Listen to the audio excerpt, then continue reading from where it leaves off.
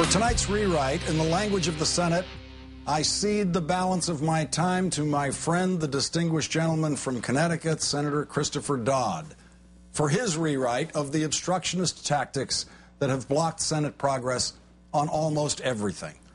Senator Dodd is retiring from the Senate at the end of the lame duck session. As Senate tradition would have it, he gave his formal farewell speech to the Senate today, and something extraordinary happened.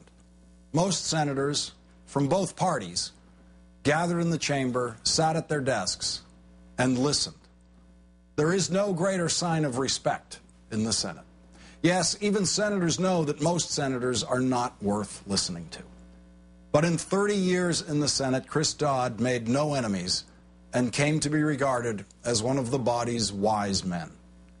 He spoke today of what he has learned in those 30 years and of his hopes for the Senate, that he will now, like the rest of us, be watching on C-SPAN.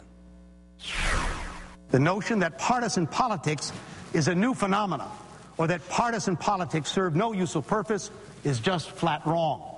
From the moment of our founding, America has been engaged in an eternal and often pitched partisan debate. That's not weakness. In fact, it is at the core of our strength as a democracy and our success as a nation. Political bipartisanship is a goal, not a process. You don't begin the debate with bipartisanship, you arrive there.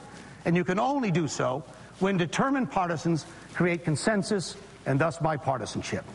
A legislative body that operates on unanimous consent, as we do, cannot function unless the members of this body trust each other implicitly.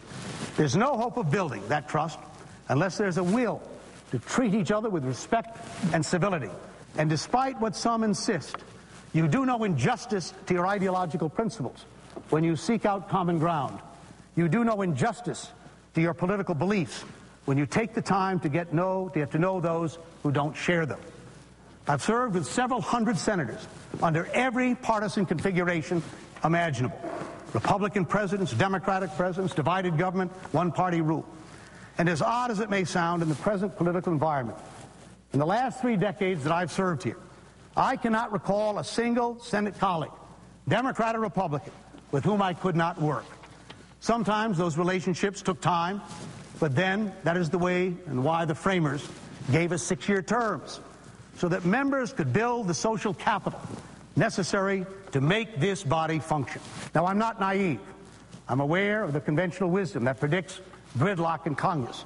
No other legislative body grants so much power to each member, nor does any other legislative body ask so much of each member. Just as the Senate's rules empower each member to act like a statesman, they also require statesmanship from each of us. To quote St. Paul, the time of my departure has come.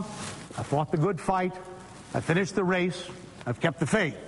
And so, Mr. President, it is with great pride and deep humility and incredible gratitude to all of you here today, as a United States Senator, that I yield the floor. Thank you, Mr. President.